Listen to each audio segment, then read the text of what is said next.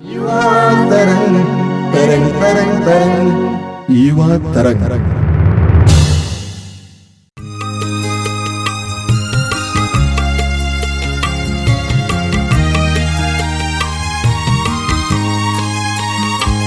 मेरे जीवन का मकसद तू है, मेरे जीने का कारण तू है। मेरे जीवन का मकसद तू है, मेरे जीने का कारण तू है।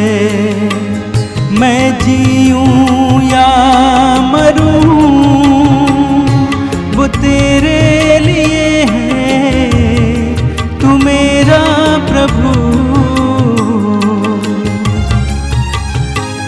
मेरे जीवन का मकसद तू है, मेरे जीने का कारण तू है।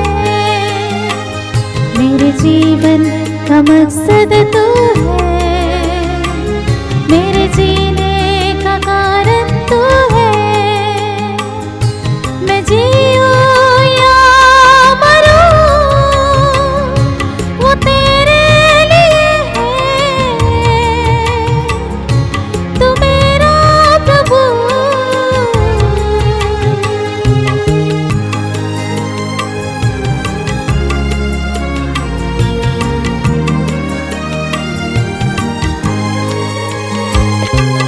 पिछला सब भूल कर मैं आगे ही दौड़ा चलूं, जो मेरे लिए धन था उसको मैं त्याग दूं। पिछला सब भूल कर मैं आगे दौड़ा चलूं, जो मेरे लिए धन था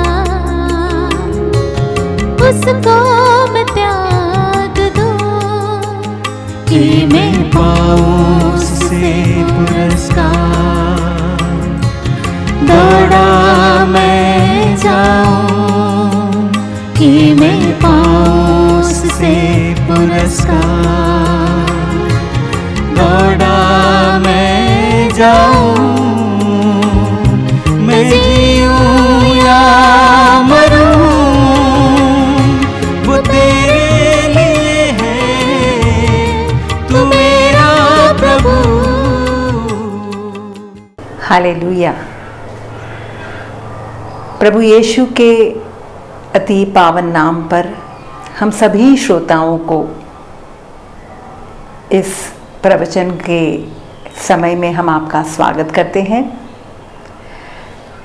विशेषकर हम सभी जवान भाई और बहनों को आज हम इस वचन पर गौर करने के लिए हम आपको निमंत्रित करते हैं। मत्ती का सुसमाचार अध्याय 27 वचन 32। हम पढ़ते हैं कि प्रभु यीशु क्रूस के रास्ते पर जा रहे हैं, अपना क्रूस ढोते हुए जा रहे हैं, और लिखा है, शहर से निकलते समय उन्हें कुरेन निवासी सीमोन मिला और उन्होंने उसे ईसा का क्रूस उठा ले चलने के लिए बाध्य किया। हम पढ़ते हैं 3 सिनॉप्टिक गॉस्पेल्स में इस व्यक्ति का उल्लेख है कि क्रूस के रास्ते पर कुरेन निवासी सीमोन, जो वहां शायद यरूशलेम में केवल एक मुसाफिर की तरह, एक यात्री की तरह वहां पर आया था, वो परिचित नहीं था कि वहां पर क्या होने वाला है, और अचानक उस पर रोम के सिपाही उसे बाध्य करते हैं कि वो यीशु मसीह का जो क्रूस है उसे उठाए। क्या उसे अच्छा लगा वो क्रूस उठाने के लिए? मेरे अनुसार तो नहीं। मन में वो शायद सोच रहा होगा कि ये क्या बिना वजह मुझे इसमें ढकेल दिया। शायद जिंदगी के हमारे अनुभवों में भी हमें कई बार यही एहसास होता है जब हमें क्रूस ढोना होता है। हमारा कोई कसूर नहीं, हमारा उसमें कोई दायित्व नहीं बनता, पर फिर भी हमें दुख झेलना पड़ता है। वो दुख किसी भी प्रकार का हो सकता है, कोई बीमारी हो या कोई संकट का समय, कोई विपत्ति आन पड़े, नौकरी चली जाए, पैसों की समस्या या घर में और कोई आपत्ति, विभिन्न प्रकार या नाना प्रकार के दुखों और यंत्रणाओं को हम झेलते हैं। और अनेकों बार उस सीमोन की तरह हमें लगता है कि हमारा क्या दोष। हम कई बार कुड़कुड़ाते हैं, हम गुस्सा करते हैं, हम दुखी होते हैं, निराश होते हैं, हताश होते हैं, मायूस हो जाते हैं, चिंतित होते हैं। कितने सारे नकारात्मक भावनाओं को उस दुख और विपत्ति के समय में हम उसका अनुभव करते हैं। अगर आप अय्यूब, पुराने विधान के अय्यूब इस पात्र को भी देखेंगे तो वो तो धर्मी व्यक्ति था, परमेश्वर के आज्ञाओं का बखूबी उसका अनुपालन करता था, पर फिर भी उन्हें कितनी सारी यानी यंत्रणाएं झेलनी पड़ी। और उनके ही दोस्तों ने अलग अलग उसके मतलब निकाले हैं, डिफरेंट इंटरप्रिटेशंस कि व्हाई वाज जॉब सफरिंग। और आज हम भी अनेक लोग यही सोचते हैं कि क्यों हुआ, और आखिर में अय्यूब भी परमेश्वर से ये सवाल पूछते हैं, क्यों, why Lord, why am I going through this. पर सुंदर बात यह है कि अय्यूब के ग्रंथ में पढ़ते हैं कि उसने ईश्वर से यह सवाल पूछने पर भी ईश्वर ने इसका जवाब नहीं दिया। और जो 3 दोस्त, बल्कि वहां जो 4 लोग व्यक्ति है, उन्होंने भी जो बताया था वो भी सही नहीं था, बल्कि ईश्वर ने तो केवल अय्यूब पर यह प्रकट किया कि मैं कौन हूं, मैं सर्वशक्तिमान ईश्वर हूं। तो मुझे सुनने वाले सभी मेरे प्रिय भाई और बहनों, जिंदगी के कठिनाइयों में, परेशानियों में हम ये सवाल ना पूछे व्हाई, या कब तक, या इसमें से हम कैसे या क्या करें हम, बल्कि हम ये सवाल पूछे कि परमेश्वर क्या चाहता है मुझसे, परमेश्वर इस दुख की घड़ी में मुझे क्या सिखाना चाहता है। क्योंकि कुछ भी मेरे जिंदगी में बगैर उसकी अनुमति या उसकी जानकारी नहीं होता। अगर मेरे सिर का बाल बाल उसने गिना है तो जरूर इसके पीछे भी कुछ हेतु होगा। तो परमेश्वर इससे क्या सिखाना चाहते हैं, या परमेश्वर क्या मुझे, मेरा कहां पर क्या मुझे सुधारना चाहते हैं, या कहां मेरा मार्गदर्शन करना चाहते हैं। हम पढ़ते हैं प्रवक्ता ग्रंथ अध्याय 2, उसमें बहुत सुंदर प्रवक्ता जो ग्रंथकार है बहुत सुंदर तरीके से पवित्र आत्मा से प्रेरित होकर ये वचन देते हैं। अध्याय 2 वचन 2 और 3, जहां हर एक विश्वासी को ये पढ़ना जरूरी है कि लिखा है कि तुम्हारा हृदय निष्कपट हो और तुम दृढ़ संकल्प में बने रहो। जब विपत्ति तुम्हारे घर पर आती है, जब विपत्ति तुम्हारे द्वार को खटखटाती है, तब तुम्हारा जी ना घबराए और ईश्वर से लिपटे रहो, उसे मत त्यागो, जिससे अंत में तुम्हारा कल्याण है। हमारा कल्याण कब है और किस में है? जब दुख और विपत्ति के समय हम प्रभु से लिपटे रहेंगे, हम उसे नहीं त्यागेंगे। यानी दुख की घड़ी में, संकट की घड़ी में हमें क्या करना चाहिए? हमें प्रभु के निकट आना है, प्रभु को खोजना है। स्तोत्र संहिता अध्याय 119 में वहां स्तोत्रकार कहते हैं, और ये जिंदगी की हकीकत है, जब जिंदगी में सब कुछ अच्छा चल रहा हो ना, यानी कोई परेशानी नहीं है, हम जो चाहते हैं, हमारी योजनाएं सफल हो रही है, तो अधिकतर हम कहीं पर लड़खड़ा जाते हैं, या तो हम परमेश्वर से दूर चले जाते हैं, हम अपने राह जाने लगते हैं, हम प्रभु को भी कई बार भूल जाते हैं। पर जब हमारे जीवन में कोई परेशानी आती है, हमें बेइज्जती, हमें जिल्लत सहना पड़ता है, या तो हमारे जीवन में कोई कष्ट आ जाता है, तो स्तोत्रकार कहते हैं, बहुत सुंदर लिखा है Psalm 119 verse 67, मैं अपमानित होने से पहले भटक गया था और अब मैं तेरे आदेशों का पालन करता हूं। देखिए, यानी उसके भटकने, जब वो भटके हुए थे तब उसे ज्ञात नहीं था कि मैं क्या कर रहा हूं, मैं प्रभु के निर्देशों का पालन नहीं कर रहा हूं। पर जब उसे अपमान सहना पड़ा तो वो अपने सुध-बुध में आया और होश में आया और वो परमेश्वर के आदेश का पालन करने लगा। लिखा है, आगे चलकर वो बताते हैं इन वर्स 71 में लिखा है, अच्छा हुआ कि मुझे अपमानित किया गया, मैंने तेरी आज्ञाओं का पालन करना सीखा। यानी उस दुख और पीड़ा में वो विनम्र बने, विनीत बने, परमेश्वर के महान शक्तिशाली हाथ के नीचे उसने अपने आप को विनम्र बनाया और वो परमेश्वर की आज्ञाओं का पालन करना सीखे। परमेश्वर खुद कहते हैं स्तोत्र संहिता 50 वचन 15 के द्वारा, संकट के समय मेरी दुहाई दो। देखिए, प्रभु खुद कह रहे हैं क्या करना है, हमें प्रभु को दुहाई देना है, मैं तुम्हारा उद्धार करूंगा। और वादा है परमेश्वर का कि मैं तुम्हारा उद्धार करूंगा और तुम मेरा सम्मान करोगे। स्तोत्र संहिता 118 वचन 5 और 6, वहां पर भी यही वचन है, संकट में मैंने प्रभु को पुकारा, प्रभु ने मेरी सुनी और मेरा उद्धार किया। संकट में हमें किसी व्यक्ति के पास नहीं जाना है, किसी दोस्त के पास नहीं जाना है, हम संकट में से बाहर निकलने के लिए खुद योजनाएं नहीं बनानी है, बल्कि हमें परमेश्वर को पुकारना है। बहुत सुंदर है और बहुत ही गहरी बात है। हम देखते हैं पुराने विधान में राजा यहोशापात, जहां उसके सामने 3 शत्रु के राजा अचानक उसके सामने आ जाते हैं, और जब उसे ये एहसास होता है कि मैं किसी भी तरीके से मेरा सामर्थ्य नहीं है, मेरी वो योग्यता नहीं, ना मेरी सेना की योग्यता है, वो परमेश्वर के वो दौड़े दौड़े जाते हैं परमेश्वर के मंदिर में, ये कहते हुए कि प्रभु मैं नहीं जानता मुझे क्या करना है, पर मेरी दृष्टि आप पर लगी हुई है।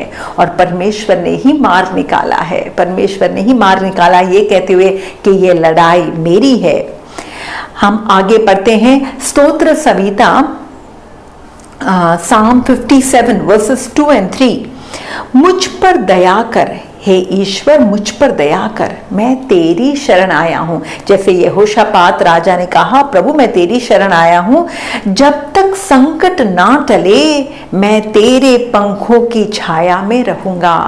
कितनी सुंदर बात, प्रभु संकट में मैं तेरे छत्र छाया में बना रहूंगा और मैं तेरी रक्षा, तेरी संरक्षण में मैं बना रहूंगा। मैं सर्वोच्च ईश्वर को पुकारता हूं, ईश्वर को जो मेरा हितकारी है।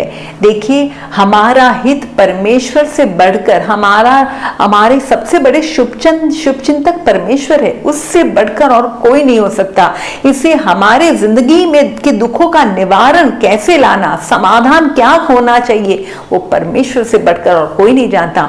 दुख में प्रभु सांत्वना देंगे, वो हमारा मार्गदर्शन करेंगे, वो हमें प्रज्ञा देंगे। हम खुद अपने हाथ पैर हिलाते हुए खुद कोई कदम ना उठाए, नहीं तो अनेकों बार ना जो मैस है, जो हमने जो यानी हमारे जीवन की जो गलत अभी परिस्थिति है, उसको हम और बदतर बना देते हैं।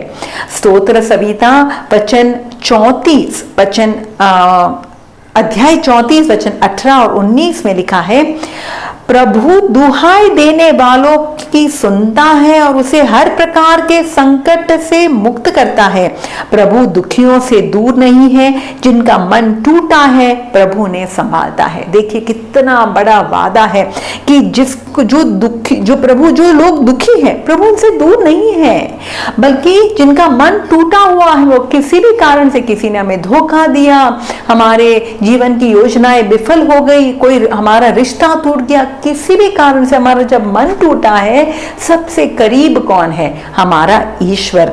और इसलिए स्तोत्र संहिता 23 में राजा दाऊद ने बड़े फक्र के साथ, बड़े विश्वास के साथ, भरोसे के साथ ये वचन कहा कि चाहे अंधेरी घाटी से होकर मुझे जाना पड़े, मुझे कोई अनिष्ट की चिंता नहीं है, शंका नहीं है, क्योंकि तू मेरे साथ रहता है।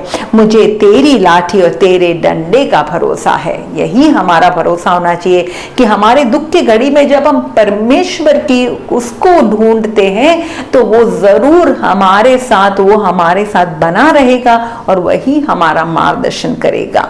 Hallelujah.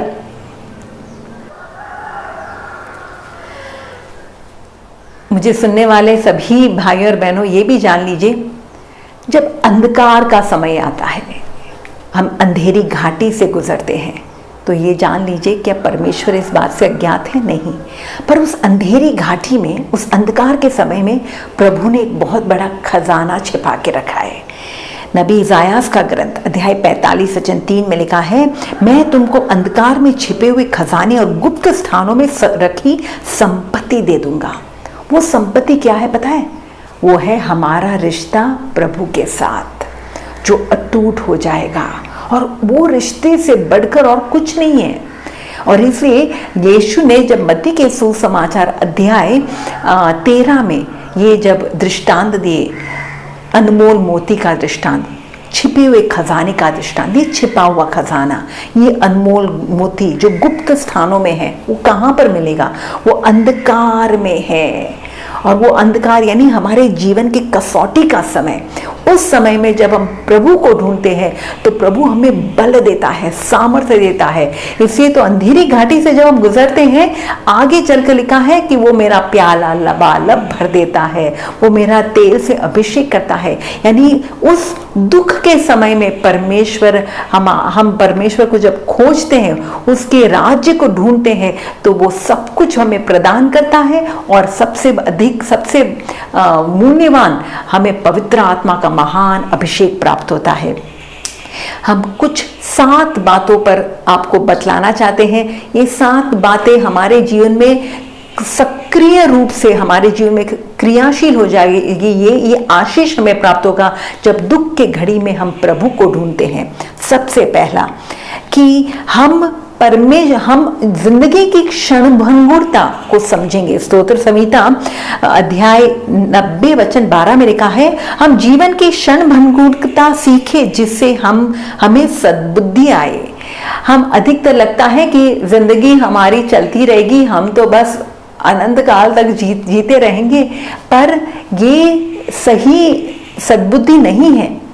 When we understand how fickle is our life, कि हमारा जीवन 4 दिन का जीवन है, तो दुख के समय में हमें पता चलता है, जब बीमारी आती है, जब हम देखते हैं कोई प्रियजन की मृत्यु हो जाती है, तो हमें पता चलता है कि वाकई में जीवन एक परपोटे के समान है।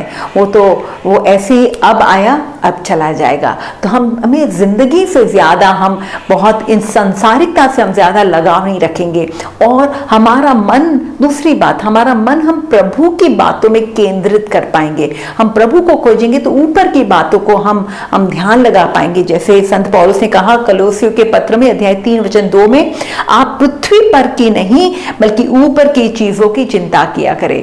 तो दुख के समय जब हम परमेश्वर की ओर दृष्टि लगाते हैं, तो हम वाकई में हम ईश्वरीय बातों को, स्वर्गीय बातों को ज्यादा हम हमारा मन वहां लगा पाएंगे। तीसरी बात, जब हम इस दुख के घड़ी में परमेश्वर के पर श्रद्धा रखते हुए, भरोसा रखते हुए हम उसके और करीब आने की कोशिश करते हैं, तो हमारा जो विश्वास है ना, वो जो सोने से भी ज्यादा कीमती जो हमारा विश्वास है, वो इस यानी कसौटी के आग में उसे तपाया जाता है, और वो बहुत ही वो विकसित होता है।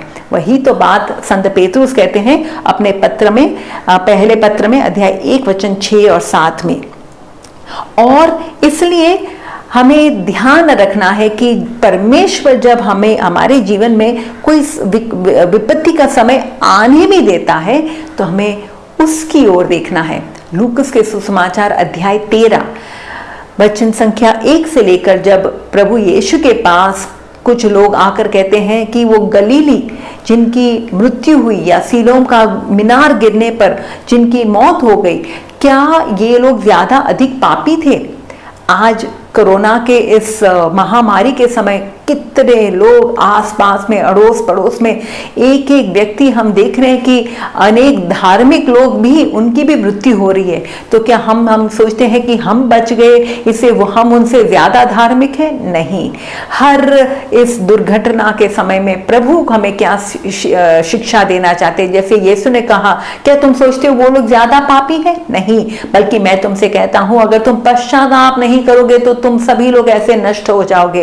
यानी प्रभु सिखाना चाहते हैं कि इस संकट के समय में, इस दुर्घटना के समय में, इस महामारी के समय हमें परमेश्वर के पास आते हुए हृदय को विनीत बनाना है। We have to have a contrite and a humble heart. हमें अपनी जिंदगी को परखना है, हमें पश्चाताप करना है और प्रभु की ओर हमें आना है। तभी तो जाकर हम वाकई में, हम परमेश्वर हमें बचा पाएंगे।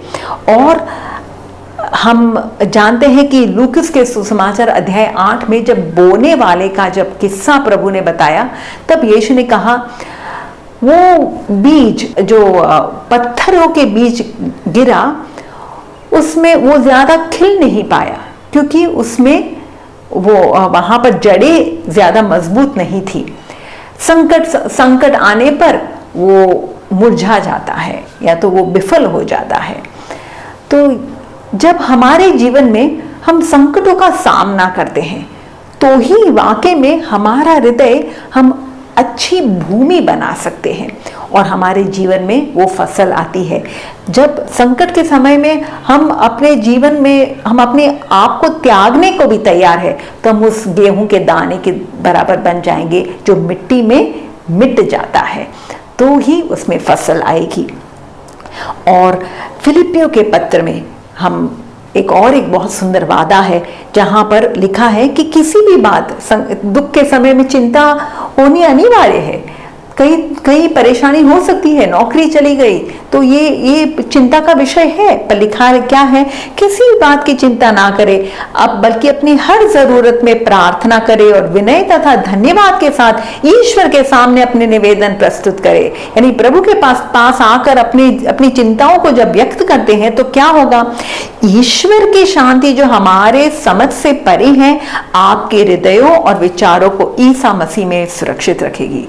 The gift of peace, the precious gift of प्रभु की शांति की जो सबसे अनमोल जो भेंट है, वो हमें प्राप्त होगी।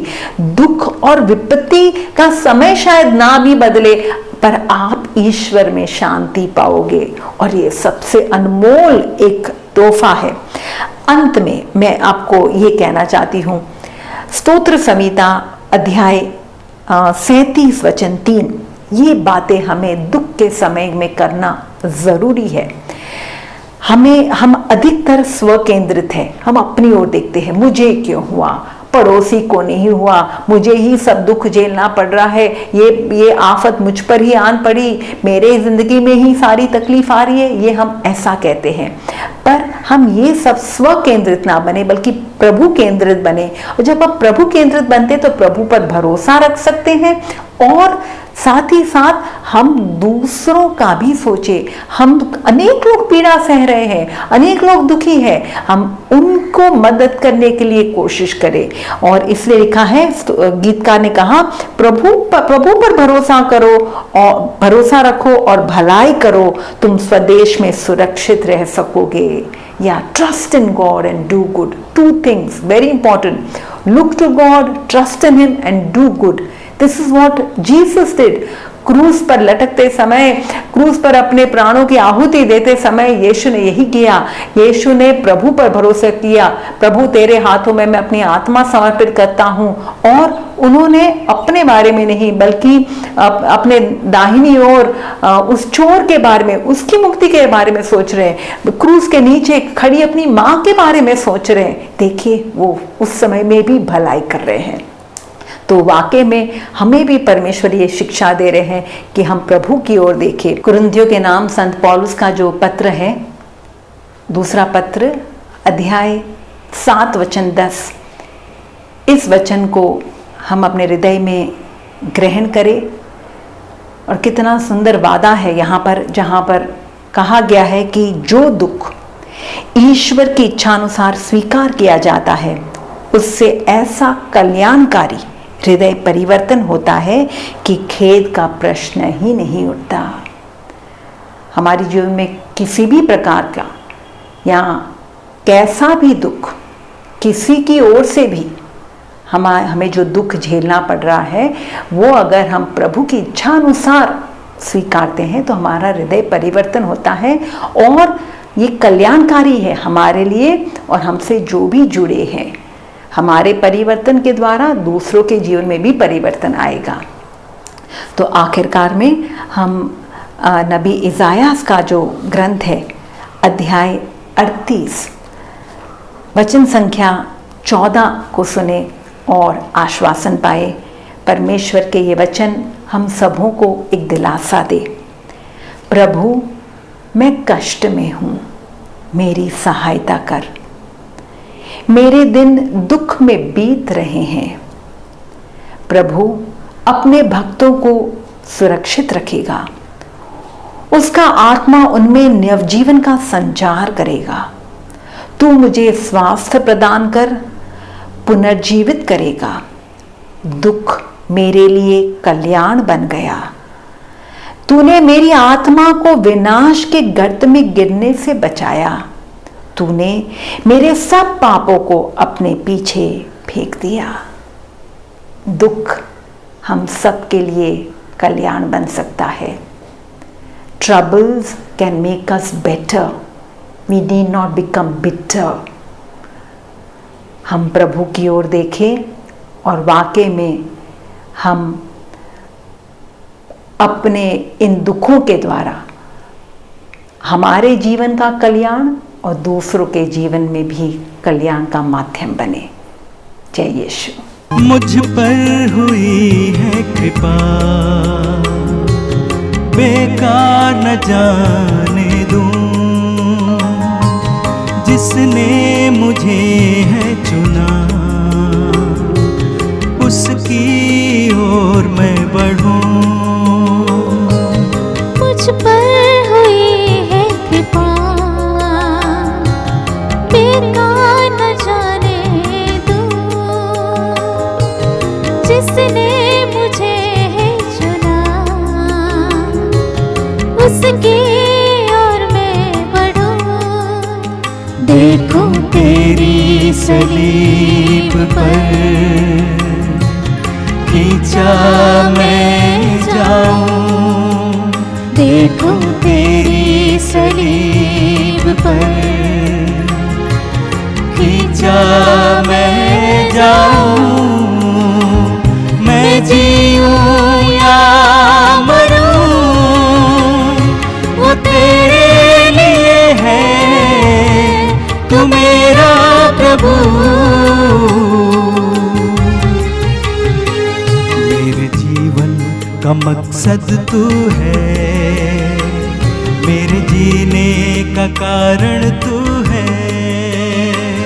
मेरे जीवन का मकसद तू है, मेरे जीने का कारण तू है।